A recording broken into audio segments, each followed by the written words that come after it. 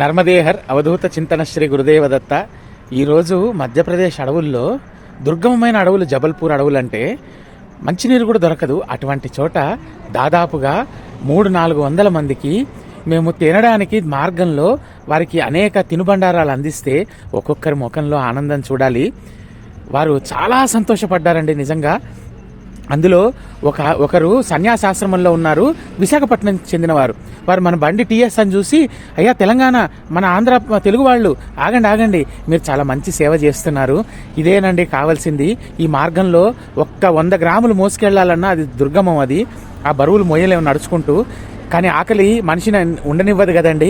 మీరు చేస్తున్న సేవ దయచేసి అందరికీ అందేటట్టుగా చూడండి, మీరు చాలా చక్కగా చేస్తున్నారు, ఇదే మీరు కంటిన్యూ చేయండి అని అన్నారు. ఆ మాటకైతే మాకు అప్పటికి మేము ఇంకా 1 గంట అయినా మేము అన్నం తినలేదు, బ్రేక్ఫాస్ట్ కూడా చేయలేదు, కానీ మా 5గురి కడుపు పూర్తిగా నిండిపోయింది. అంత ఆనందం కలిగిందండి వాళ్ళ. మొన్న దక్షిణ తటంలో దాదాపుగా ఒక 10,000 రూపాయల మెటీరియల్స్ తీసుకోవడం జరిగింది.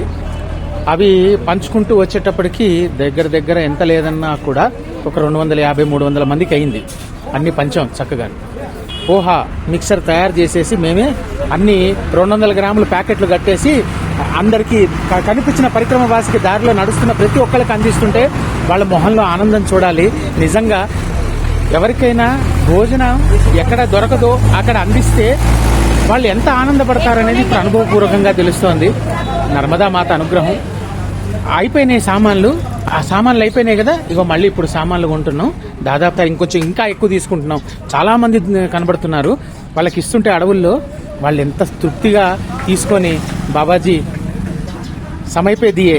ఈ వెనక కూర్చున్న 3 ఉన్నారే, ఈ 3 సహకారం లేకపోతే ఇంత ఇదిగా ఎవరికి కూడా మేము సమయానికి పరిక్రమ వాసులకి అందించలేము.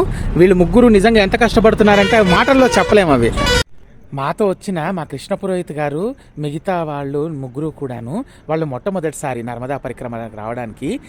వాళ్ళు అందుకుంటున్నప్పుడు వాళ్ళ మొహంలో ఆనందం చూసి ఆకలి తీరుతుంది కదా అని వాళ్ళు ఎంత ఉప్పొంగిపోయారంటే వాళ్ళు ఒకటే మాట అన్నారు నాతోటి, శర్మ గారు ఈ కొండలన్నీ మీకు కొట్టిన పిండి కదా, ఈ మార్గాలన్నీ వచ్చే సంవత్సరం నుంచి ఇలా కాదు, ప్రతి చోట మీకు ఏ రోజు ఎక్కడ ఎన్ని 100 మంది వస్తారో పరిక్రమ వాసులు తెలుసు కాబట్టి మేము కూడా మీకు తోడొస్తాము, మీరు చెప్పిన చోట ఆగుదాము.